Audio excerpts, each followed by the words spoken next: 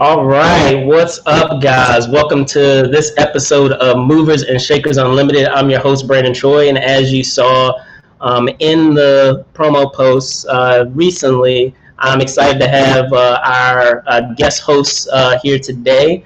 Let me introduce him on. Give me one moment.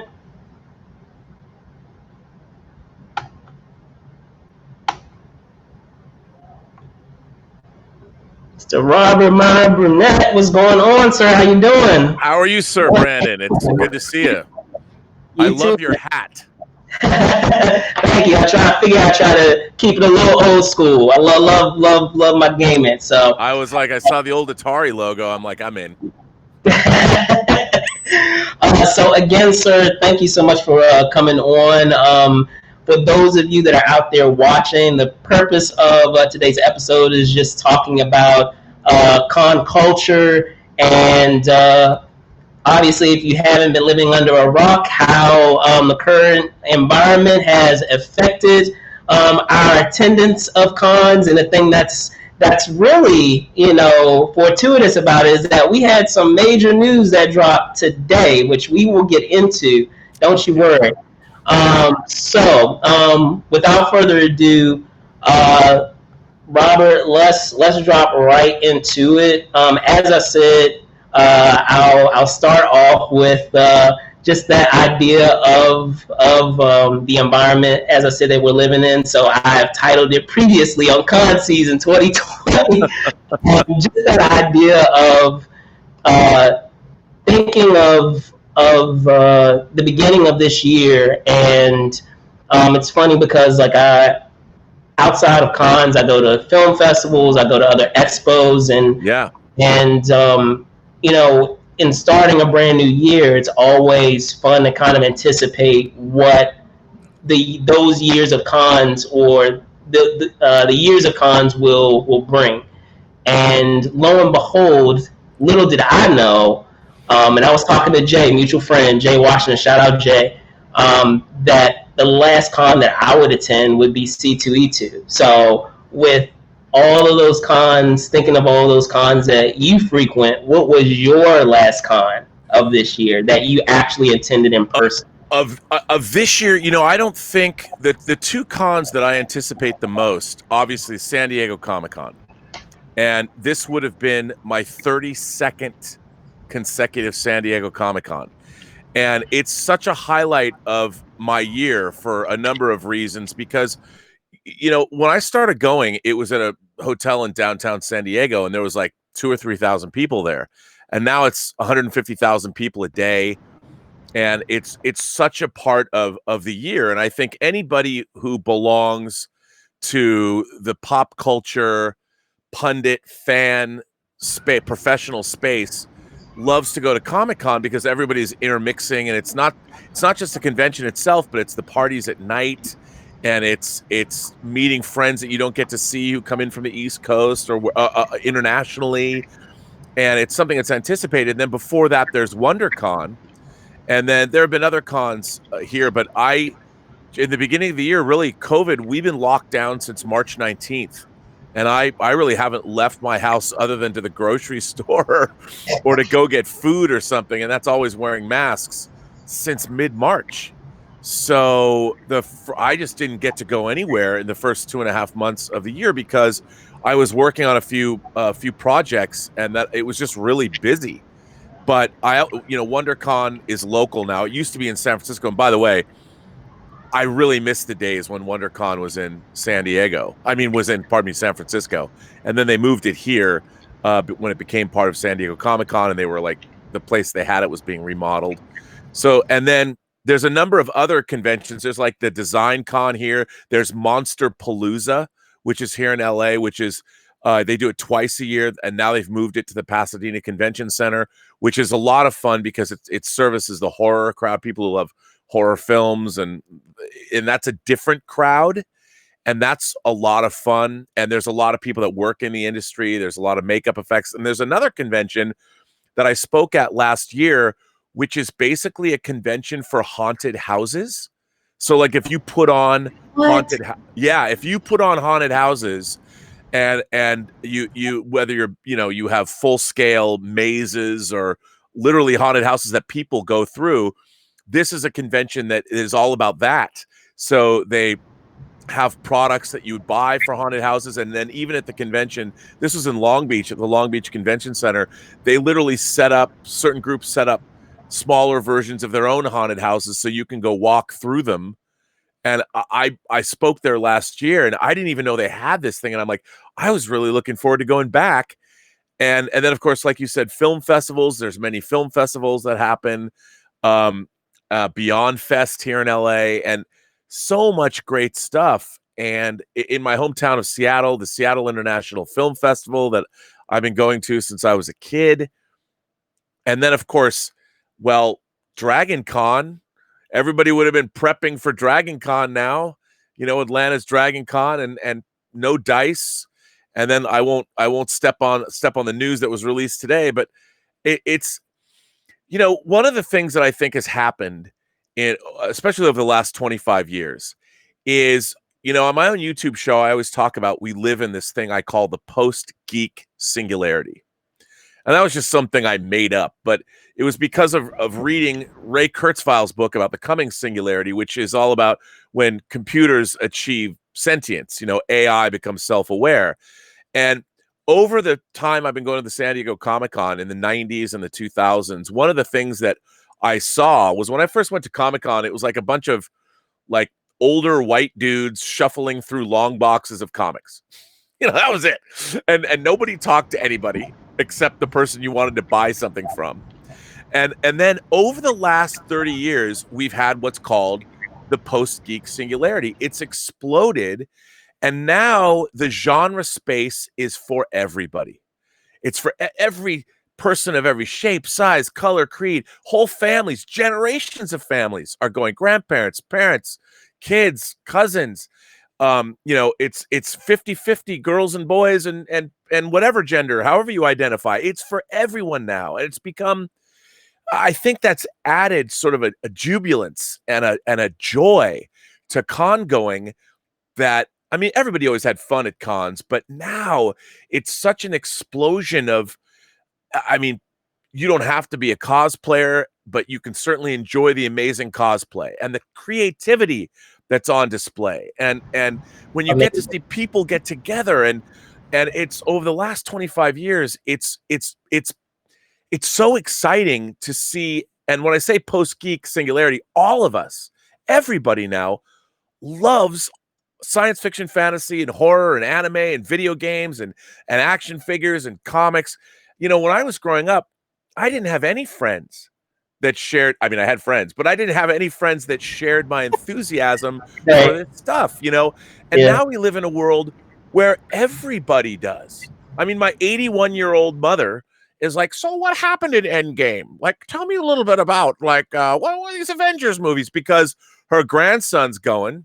And she doesn't, he tries to explain the whole thing. And my mom's been dealing with me, uber geek, my whole life, but she tries to keep up and I'm trying to explain. And she goes, I just think it's amazing that all of these things you liked when you were 12, they haven't changed.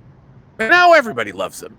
I'm like, yes, Mom, I'm an aging man child. But I think that's what's great about the convention season is that the world that's interested, it brings all people together you can come from anywhere. You can be anybody. And when you go to the conventions, everybody is there to meet everybody else and to share your enthusiasm. And where do you get that from anywhere else in the world? I mean, I guess when you come together for sporting events or something, but conventions have so much in terms of when I say diversity, I mean diversity of interests. Not just diversity of people. I mean, you go to the San Diego Comic-Con and there's something for everybody.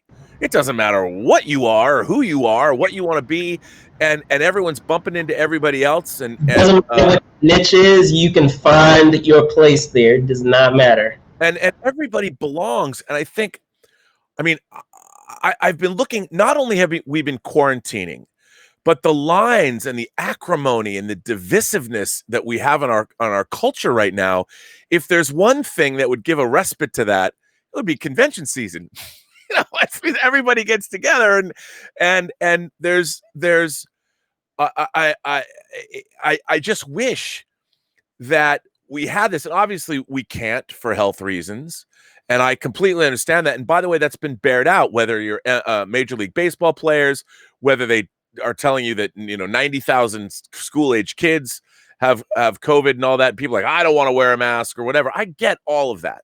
Americans are not good when anybody's trying to limit your personal freedom. They don't like that. But I think the loss of convention season to us, I mean, one thing that we fans have going for us is we like sitting in front of our screens, whether we're yelling at each other, playing our favorite video games, whatever it is, we are used to getting on our screens to communicate. So the rise of Zoom parties and the rise of, certainly, I mean, my YouTube shows, I've been doing more of those than ever, and I'm on this show. I will say that what fans have done is taking the convention seasons that we're missing, and we've kind of been moving them online. Like we saw just a couple weeks ago, Justice Con, which was celebrating Zack Snyder. The Snyder Cut was put together by 3 women who had this idea. They're like, we're totally fan run. They got Zack Snyder to sanction it. Indeed, he appeared on it, and they put it together. It was an idea they dreamed up, and they made it happen, and it was really a great event. I was speaking before it started, but then there's these guys out of Chicago that started what's called the Mainframe Comic-Con. And this weekend, they're doing their 3rd Mainframe Comic-Con in, I think, 4 months. And they've tapped me to interview people, and it's been amazing. Like they've been having 30-minute panel discussions. So they're quick. They're almost like bite-sized. But like this weekend, I'm going to be interviewing Howard Chaykin, who's a hero of mine from the comic world, and Robert Wool, who's an actor, and it's you just never know, and they just keep getting bigger and bigger. Now, look, it's not the same as I love being in crowded. I love being on the floor at San Diego Comic-Con, packed with throngs of people, and you literally are bumping into people that you know. But it's great because you're like, hey, man, I haven't seen you in 2 years or whatever. And it's the thing about conventions is it's like being wrapped in a Christmas present. You are a Christmas present. Everywhere you go, somebody's going to unwrap you, and you're going to elicit a smile. Whenever I come back from Comic-Con, for instance, my face hurts from smiling and laughing so much. Yeah. And I just think that camaraderie, I mean, nothing's going to replace going someplace, planning it. Like if you're a cosplayer, like I got to get my costumes together for 6 months before I go to Dragon Con, and people who create their own artwork. And it's always so inspirational. And in this day and age, our community, and I mean the community, the gigantic geek community, whatever that is, we're lucky in that we do have conventions. There's more conventions now than ever. They were everywhere. And like you said, you went to film festivals, and you went to all these different events. There's E3 for gamers, and there's the CES, the Consumer Electronics Show. And I'll tell you that the convention that I was really looking forward to is what's called CinemaCon, which is in Las Vegas, that I went last year. It's fantastic, where all the theater owners across America meet, and then the studios bring out what they've got that are going to be in the theaters for the next year. And that's a great convention. And I was hoping it usually is the first week of April, and I thought, well, maybe it'll go on, but nope, it fell to the axe. So that was not meant to be either. And that's something else I love to go to.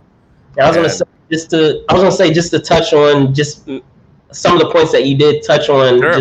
Is first commenting on the idea of it's just surreal. And then I always talk to, whenever I sit down with comic creators, artists, what have you, and talking about, guys, did you imagine a time where it would be common knowledge what alternate universes would be, or who Thanos is? That it would just be regular common knowledge, like all these things that we just read about like at home and in the privacy of our own homes, that now would be this big $1 billion IP.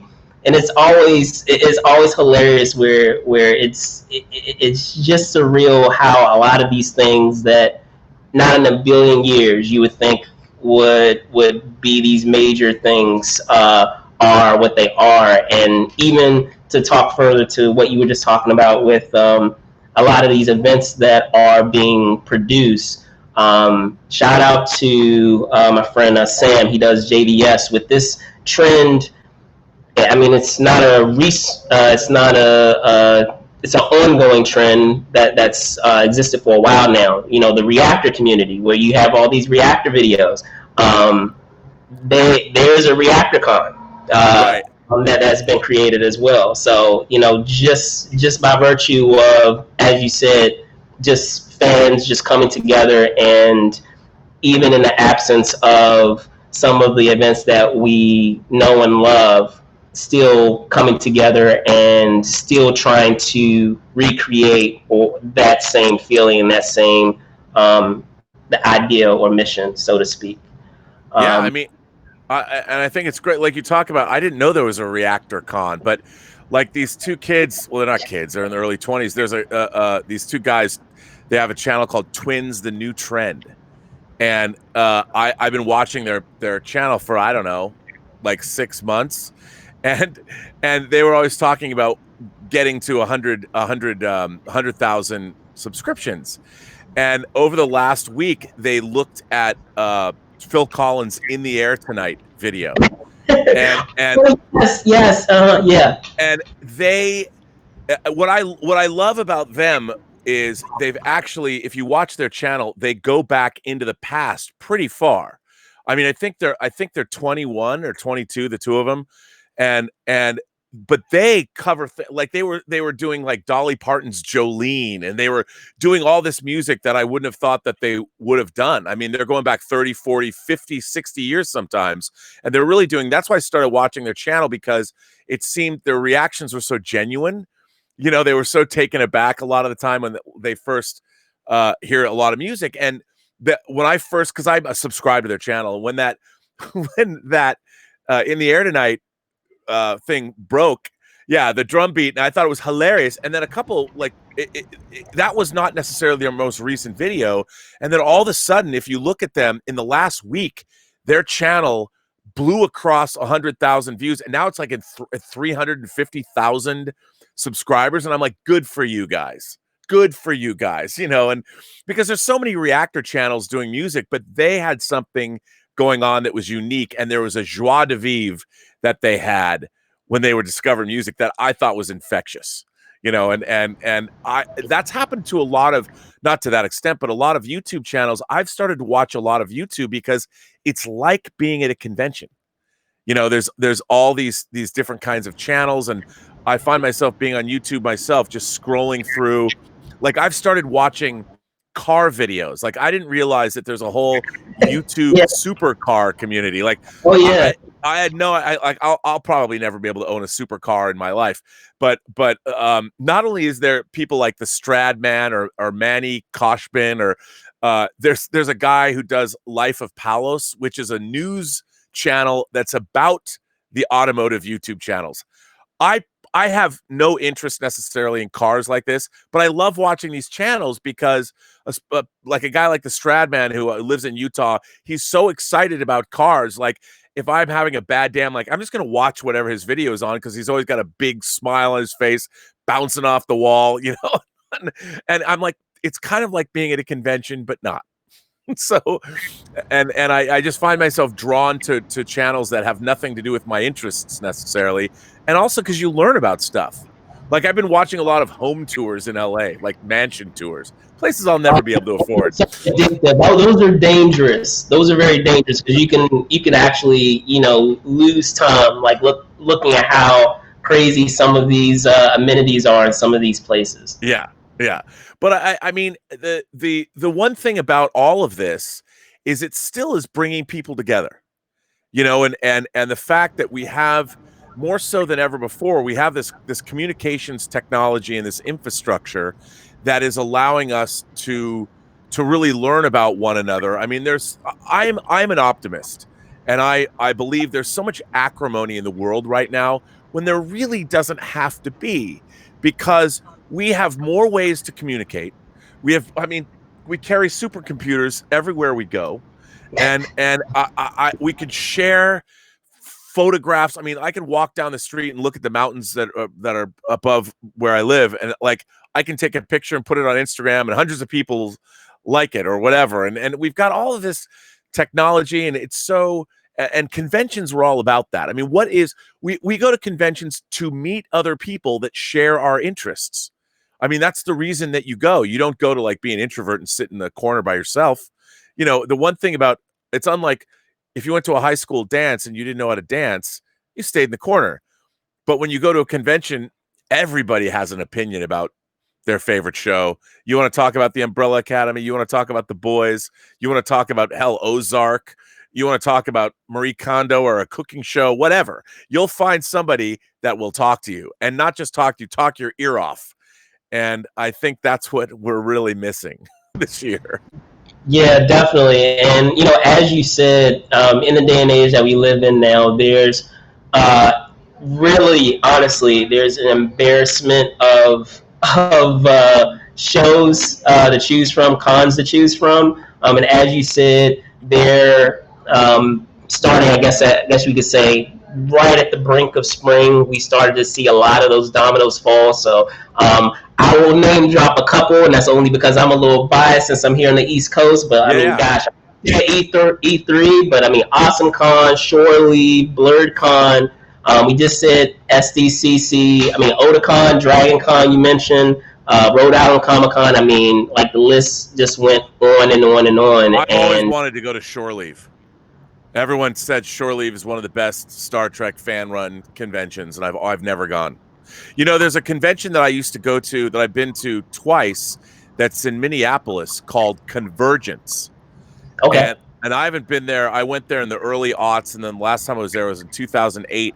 It was one of the best fan-run conventions. I mean, I don't know how it is now. It's 12 years later, but it was one of the best fan-run conventions I've ever been to.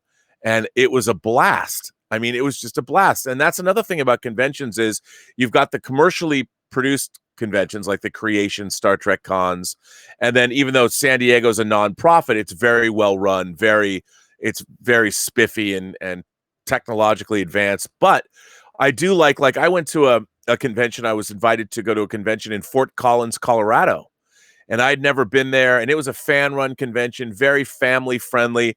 And I thought it was spectacular. I met some people there that made a pretty neat Doctor Who fan film, and I was really surprised at how many families. I mean, it was really a family event. It was very wholesome, and it was really well attended, and I had a great time. And I love going to fan-run conventions when they're well run. Definitely, and as we were just saying, what the trends that we started to see with, as we were talking about, as these dominoes started to fall, is we would see a couple of things happen. We would see either a cancellation in a virtual con, or we would just see the event get rescheduled, which in a lot of cases still ended up canceling anyway. So with that being said, and actually I'm skipping ahead, can you tell me, what your thoughts on those trends that we have been seeing, where a lot of these events have been doing virtual editions of the con versus, just outright just, dusting the board and waiting until the next year? Yeah, I mean, well, it's sort of interesting watching what happened with San Diego. Like San Diego kind of late in the game decided to take their convention virtual. Yeah. And I thought they did a pretty good job. I mean, you saw a mix of like the studios, something like the Bill and Ted panel. Yeah, Bill and Ted Face the Music. It was really cool to see Alex Winter and everybody participating, but it was very slick. It was pre-recorded. They had all kinds of graphics and all that. And then if you juxtapose that with the Constantine panel, where you had Akiva Goldsman, you had Keanu Reeves, and you had Francis Lawrence, who directed Constantine. They were looking back. It's the 15th anniversary of Constantine. Watching those two panels, the Constantine panel was not It was just stripped down and three guys chatting. And I really liked that because it wasn't produced and you felt like it wasn't edited. Like as much as I like the when there's been a lot of reunion panels lately, some with San Diego and some not. Like I just watched Rolling Stone did a Almost Famous reunion with Cameron Crowe and Patrick Fugit and Kate Kate Hudson, and it was good. But then these virtual panels, like some of them would have 15,000 people. Well, at Comic-Con in a lot of these rooms, 500 or 1,000 people is all that you get.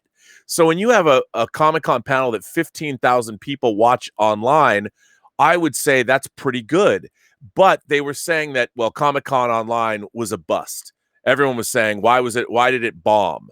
And I'm thinking, okay, I understand with some people who have hundreds of thousands of views on their YouTube channels, but when you've done something for the very first time and people aren't used to it, the fact that they got 15,000 people to watch these panels and they're still up, and then someone goes, well, JusticeCon was a lot more successful than the Comic-Con panels because it was like a week later. And I'm like, yeah, but JusticeCon was for one thing. It was for Zack Snyder's the Snyder Cut of Justice League. So they had one subject matter. They promoted that one subject matter. They did a good job. They got a great bunch of guests. And so people would go there and they knew what they were getting. But at Comic-Con, you've got all these disparate panels, which was great. And people weren't necessarily used to it, but I thought it was a pretty good start. And the fact that they got so many people to participate virtually, and this Mainframe Comic-Con that I'm doing the 3rd edition of this weekend, these half-an-hour segments, we pop on and we fire off questions, and it's like you could sit there. They're so quick that even if there's somebody that you're not that interested in listening to, or you don't know who they are, you'll listen to it anyway, because for a half an hour you get this quick download about someone whose art you might not know, or their writing you don't know, and it's really fun. And I certainly, as the moderator of these conversations, I have a great time. And I think as virtual cons become more and more the norm, what's great about it is I could see people throwing virtual cons every weekend. I mean, there's cons every weekend, but it's not going to ever change the experience of going to a convention. But I think it keeps the excitement alive. It's like, I almost think that cons now are like episodes of a show. I never thought of cons being this way, but you're thinking, well, I anticipate in 6 months, I'm going to Comic-Con, I'm getting my hotel, I got to get my badge, and who am I going to go with, and all this. But with virtual cons, you can have these cons like every weekend and still fuel your interest. But I think also it makes you remember that, man, it'd be great to be able to sit down and go get a drink with these people. Over Comic-Con, some friends and I that went to Comic-Con, my friend Charlie de Lazarica set up a standing, because we used to go, all of us would get together and spend the end of our nights drinking at the Marriott bar or something. And he set up a virtual Zoom party. He's like, okay, I'm going to be here from 5 o'clock East Coast time to like 3 a.m. East Coast time. Bring your alcohol, come on in. And we did that. So it was actually, he created sort of a bit of our experience of San Diego, and you never knew who was going to show up or when they were going to show up, and it was fun. No, I hear you. No, I with the friends that I have, not just West Coast and East Coast, we did a similar thing. We have our regular routine that we do throughout the week, and because there's certain like parties, as you were mentioning earlier, that we all like congregate to, because we weren't able to have it. We made our own Zoom one, and it was just as fun. So, but with that being said, I feel like with a lot of these shows going virtual, there are going to be unforeseen, ripples to keep in mind that are going to come into play. As I said, a lot of these shows are going virtual, but as a I guess a caveat to that is that because a lot of these shows are going virtual, I feel that because some groups feel that it's not exclusive enough, they've now broken off and created their own con. I mean, we were talking about Justice Con, but I mean, you have the DC Con. We have DC fandom. Yeah, yeah, that's fandom. We have Marvel. I know they're planning on doing something separate. So the thing that is really going to be interesting is just seeing what the ripples of doing these virtual shows are, because not only, I didn't even touch on this either. Not only do we have that caveat of a lot of organizations now making the decision to do their own separate cons, perhaps to kind of encourage that exclusivity, but also the idea of all these badge transfers, like just the logistics of all of these cons that are now going virtual. That okay, what's going to happen with all these badge transfers with fans that were expecting to go this year, and now all of them at all of these shows are now going next year. The ripples of that with attendance, with yeah. fans going forward in years to come. Like how is that going to impact those shows? Because as you were saying, a lot of these shows are going to now have an opportunity to reach more folks that they otherwise would not reach, because some fans kind of feel I'll be honest, like folks that know that they know that I go to cons, specifically San Diego Comic-Con. They're like, oh my gosh, like how did you get there? Right. And a lot of them are, with certain events, are super intimidated with the process that it takes, which you can attest to, the process that it takes to make that trip to get there every year. So what are your thoughts on that, and those things that a lot of people are not really seeing? I mean, that's definitely a very good question. I mean, on one hand, I think a lot of people were able to, like, I've always been a proponent of putting all the panels at San Diego online somehow. Now, logistically, it's a nightmare because they have hundreds of panels. So how, like, and people are rolling in every hour, new panel every hour, and that's very daunting. And also because I always felt that way, because those panels are pretty cool. I mean, especially like Hall H itself. You've got the studios bringing down all the, I'll never forget the Marvel panel when Tom Hiddleston came out dressed as Loki in Hall H, and 7,000 screaming people. For his purpose, yep. It was amazing. And I'm like, this should be recorded for posterity and shot really well, and people could be watching it online. And I mean, they hadn't done that because that's a whole other layer of production that would be incredibly expensive, and that's why they wouldn't do it. And so many people have their own phones; you can watch people's videos of things, and so I understand that. And I do think there's going to be ramifications. Like for San Diego, if you had a pass this year, do you have to re-register? I mean, I know they're going to carry it over, but does that mean that the 2021 edition of Comic-Con is already sold out? So people that might have watched their virtual Comic-Con for the first time, they're like, oh my gosh, I would love to have gone to this in person. So there's people that are going to be exposed to conventions that have never been exposed before, and then they're going to try and go and be like, well, screw this, I can't get a ticket, this sucks. And you don't want people to feel excluded. And yet Comic-Con, it's not that Comic-Con is necessarily so exclusive. It's just that there's only so much room in the San Diego Convention Center. There's only so much room. It gets to the point where Comic-Con, for me at least, is not nearly as enjoyable as it used to be, because I used to like to just drift in and out of panels, and walk. And now you can't do that. Like you go into a panel, they shut the door, man, because it's packed. And I do feel, like you said, there is going to be a ripple effect.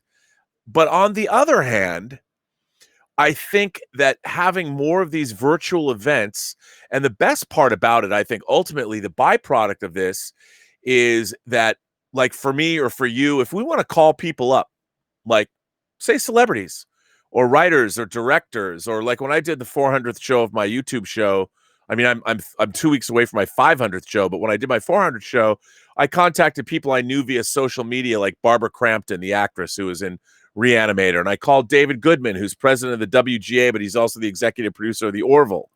Or I called Brian Fuller, who created Hannibal and Dead Like Me, people I knew, and I said, hey man, can I do an interview with you? And I pre-recorded and they're like, okay, and while if I was going to ask them to come to a studio and shoot something, I would have to work that out.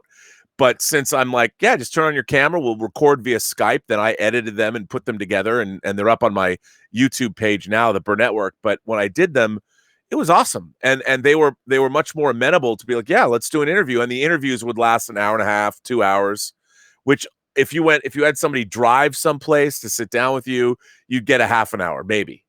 And so there is opportunity here. And I think that's happened a lot. I think like Frosty over at Collider has done some great long form interviews with people and celebrities, and whether they're writers or actors or producers, you can get to people now, and they're much more open to have the kind of conversations like that you and I are having right now. We're on two different sides of the country, but it's like we're in the same room together. And that is something new that I think has blossomed out of this pandemic time. So I guess we're going to have to take the good with the bad. And I think, look, next year, people are going to be so hungry to connect. They're going to be so hungry to go out and have that convention experience where there's real people, and you can go to a dealer's room and you can hear the din of the crowd, and you can look at all the cosplay, and, you know, you can see all the, like, I love it when I see like a whole family dressed as the X-Men. You know, you got some, like a little girl might be dressed as Storm, and her mother is Jean Grey, and dad's Cable, and a little boy is Deadpool, you know, or something. Stuff, yeah. So, with that being said, I know we were, talking about all of these cons. So we will address the elephant in the room. The thing that, like I said, the thing that's fortuitous about, having you on the show and talking about this topic is the fact that this happened today was completely unforeseen, but it just so happened to happen today. And that's the announcement about New York Comic-Con. So I don't know if you saw the video, just to make an announcement about what the plans are about doing. Oh, no, I haven't seen the video.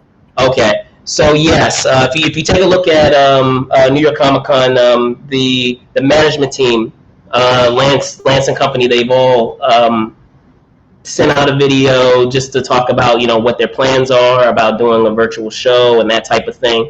However, the reason why I kind of and I meant to add a question mark here. The reason why I want to kind of add it as a question is, if in the event that they're doing a virtual show, was it always planned to be a virtual show? Because up to this point, the show was, from what, for all intents and purposes, was going to happen. However, in knowing the inner workings a lot of times with various shows, and you can attest to this too, a lot of times there are delays. The decision has already been made, but there are delays based on contracts and various things like that. And when it comes to doing a virtual show, that is a huge undertaking. So to already state that you're doing a virtual show, I don't know. What are your thoughts on that? That perhaps this was always in the cards versus something that is, kind of spur of the moment. Well, I think obviously New York Comic Con is tied to San Diego, so I think the idea that San Diego was there was hope. There was hope back in March and April that we would be over this pandemic by now. I know certainly I didn't think we would be in August, and we're basically still in lockdown and seeing how many COVID cases and how many deaths and we passed 5 million cases in the United States. And while people can debate 1% or even 0.5% of it's too many. And it's unfortunately, public health we've lost 165,000 people since March.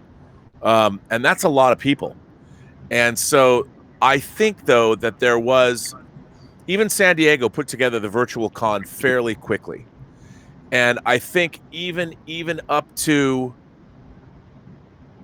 I think that they probably, once San Diego made the decision to go virtual, I think New York started to plan for that.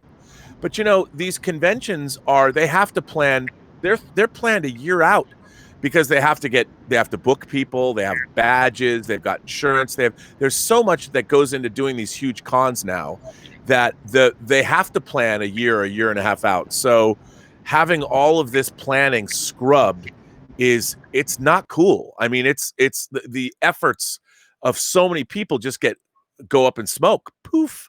And they do have contracts with all the talent that they're bringing down, and there's so much, and all the dealers. I mean, it's The so. hotels. Oh my God! I mean, yeah, and the conventions now they've got their hotel lotteries. I mean, there's so much logistical planning that goes into Comic-Con, both in New York and in San Diego, that I'm sure they held out as long as they could until they had to make the call. Now, once San Diego decided to go virtual, and they did it pretty quickly. I mean, it's not like they immediately decided to go virtual back in March. I mean, there was still the thought, I think, in California, that when we were locked down, we'd be locked down for a month. End of April, we're good. And if that was the case, then hey, San Diego could go on like it always does in July. But I don't know what the actual date was when they called Comic-Con, but and then It was April 18th. And the only reason why I know that is because it's the day before my birthday. I do remember it vividly. So it was April 18th. Okay, so happy birthday on April 18th. That's a good right. Are you a Taurus? You're not. You're just on the cusp. Yeah, April 19th, Aries. Yeah, okay. I'm May 15th, so I'm a Taurus. But so they waited a month into lockdown, and it was apparent to everybody a month in that this was not going away anytime soon. So I think they made the right call. And then I'll bet you that they didn't even think about doing a virtual con on April 18th, or maybe they did, but they hadn't begun to pull the trigger yet. And even then, they probably tossed that idea around, because then they had to decide, well, what are we going to do with all the people that have bought badges? I mean, it's a nonprofit organization, but they've got, well, probably millions of dollars if people are buying Comic-Con badges. What do you do with all that money now? Do you refund it? I mean, there's so many problems. And so I think that when they decided to go virtual, and I'm talking out of my ass here, I don't know, I've not talked to anybody about this before. I think that once they decided to go virtual, I'll bet New York was like, okay, well, we'll see what you're going to do, but we're still going to plan on going when we're going to go. I'll bet you that they thought, I don't know, just a couple of weeks ago that they were going to be okay. Just like, oh, yep, Tenant's going to open over Labor Day weekend. Well, not in LA and New York. It doesn't look like it's going to. And, I did my show today about New Mutants opening on the 28th of August, because there's less than 20% of the movie theaters are open now in the United States. And studios need North America. They need all of the movie theaters open. And the movie theaters that are open are working at 50% capacity. So it's like there's only 10% of the available movie seats that they can sell when these tentpole movies open, and there's no way they're going to ever recoup their money back, at least not in North America. So like everything else, I think New York probably held out as long as they could, but I'll bet you they started a virtual con planning for it. I don't know, probably soon after San Diego did, because they're probably talking to the same people, or a lot of the same people, the studios, the publicity people, whoever they were talking to. So, they want to put on, and I think the New York Comic-Con virtual con will be even better, because they will have learned from San Diego's experience. So it'll probably be a much better experience for people. Indeed. Well, with all that in mind, talking about these trends that we're seeing to close, Rob. What are your thoughts, or what are your guesses on when we will see a reboot, so to speak, of our season? Man, what are your thoughts? I honestly, if you go by cold and flu season, the summer is not that season, and we're going into the winter. I mean, it's August now, but in some places the seasons start changing in parts of the country in September. Maybe we'll get a nice summer in the late. LA is great in late September, early October. It's still very hot here, but being from Seattle and obviously the northernmost areas of the United States, it starts to get cold. And I think the jury is going to be out until we see what's going to happen as we go into September, October, November, and toward the holidays. Is this going to get crushed? Are we going to have herd immunity? Are people going to wear masks? I think it's really up to us to see what happens. But look, I'm always an optimist. I'd like to believe that after the election and after the first of the year, that life will return to normal. But I'm going to cautiously hold my breath, I guess. I look, man, I can't tell you. I want to go to a movie theater so damn bad. I want to walk into a theater. I want to smell the popcorn. Dude, yes. I want to sit next to a bunch of people that I don't know and have an experience where we're hooting and hollering or just chuckling at the same jokes. You know, I want people of all walks of life, all shapes, sizes, colors, creeds, people I don't know, as long as I can hear them munching on their popcorn and slurping their drinks under their breath and not talking and answering their phones. But we can all sit together, and I want to see, I want to see No Time to Die, the new Bond film. I want to see Tenet. I'm not going to find out whether Sun Kang's, my beloved Han from the Fast and the Furious franchise, I don't know if he's going to get justice for Han this year. I don't know if I'm going to see that. And it's been moved into 2021. I don't get Top Gun Maverick this year. I mean, all the things that I was looking forward to. So basically, I've never lived. Look, I'm just happy to be alive, to be honest. But I've never lived a year of my life where I felt that it was like the missing year. I mean, I feel like I might have been better if I just was drunk all day on Jameson watching my Blu-ray collection in my bedroom for the entire year. I mean, it would have been, luckily I've done a lot of good work. I've been working on this Netflix show and I produced this DVD thing and doing these YouTube shows, but damn it, I just feel like, because I always judge the passage of time by what movies came out that summer. And now I'm like, well, I guess this year was skipped, but I don't get this year back. You know, on my deathbed, I'm like, hey, wait a minute. You owe me for 2020, man. You owe me. Yeah, man. Like I said, I miss that experience of going to the movie theater. I love every part of it. The anticipation of the trailers. Like, I'm that guy who gets upset about missing trailers for my movie-going experience. I enjoy that part of the movie-going experience. Of being able to anticipate and enjoy, the reaction of the crowd, especially when it's like a tentpole, trailer for a film. So I love that. I mean, I love it. It's when you hear this, how loud the applause is how much people are anticipating the movie. I love that.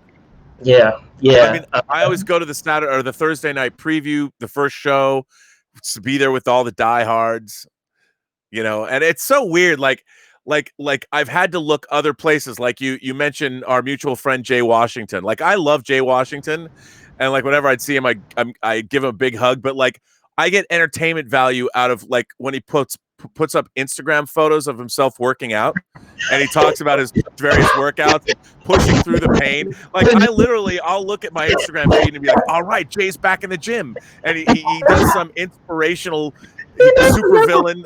And I'm like, when I'm looking elsewhere for entertainment value, Oh man, that is hilarious. It's true. I mean, I look at people like I know, like I'm thinking like Jay is getting his ass out of the house. He's going to the gym, hashtag supervillain, and I'm like, people are getting out there. They're doing something. And I look at, as long as he's working out, he has a smile on his face. I'm like, oh, okay, the world isn't that bad. Right. Well, on that note, Rob, again, man, it's been an honor. Thanks so much for coming on the show, talking about cons. Before I let you go, can you tell folks where they can find all of your stuff, man? Oh, well, you can find me on Twitter at Burnett RM. Find me on Instagram at Robert Meyer Burnett.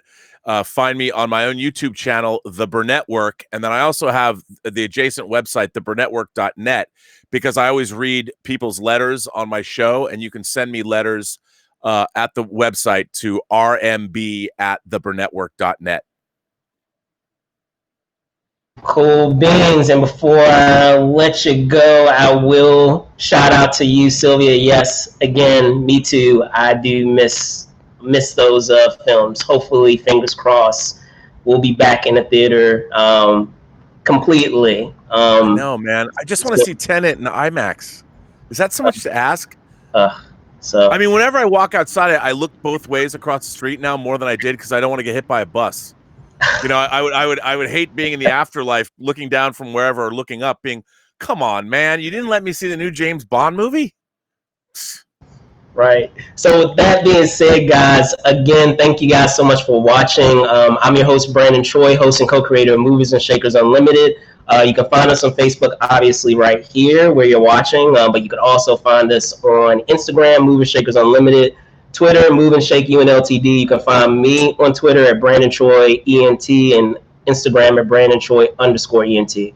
So with that being said, guys, again, thanks so much for watching. Be safe out there. Wear a mask. See you soon. Bye.